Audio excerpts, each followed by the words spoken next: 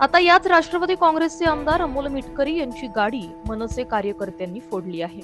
अकोल्यातील विश्रामगृहात ते थांबले असताना आक्रमक झालेल्या मनसे कार्यकर्त्यांनी मिटकरी यांच्या गाडीवर दगड मारले आणि कुंड्या फेकल्या, त्यामुळे गाडीचं मोठं नुकसान झालंय।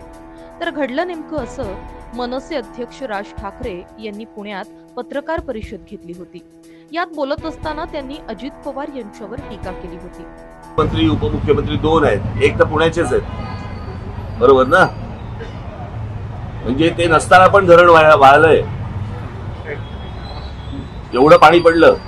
त्याला प्रत्युत्तर देताना अमोल मिटकरी यांनी राज ठाकरेंचा सुपारीबाज असा उल्लेख केला होता। दिलेला शब्द पाळणाऱ्या अजितदादांबद्दल सुपारी बहादरांनी बोलू नये, कारण हे सुपारी बहादर टोलनाक्याचं आंदोलन असेल, भोंग्याचं आंदोलन असेल, आणखी कुठलं आंदोलन असेल, ते जीवनात कधीच सक्सेस करू शकले नाही। विश्वासार्हता या व्यक्तीची संपलेली आहे आणि राजकारणात महाराष्ट्राच्या आतापर्यंतच्या इतिहासात सर्वात अयशस्वी ठरलेल्या व्यक्तींनी अजितदादांच्या कार्यकर्तृत्वावर प्रश्नचिन्ह निर्माण करणं म्हणजे हे सूर्याला वाकुल्या दाखवण्यासारखं आहे।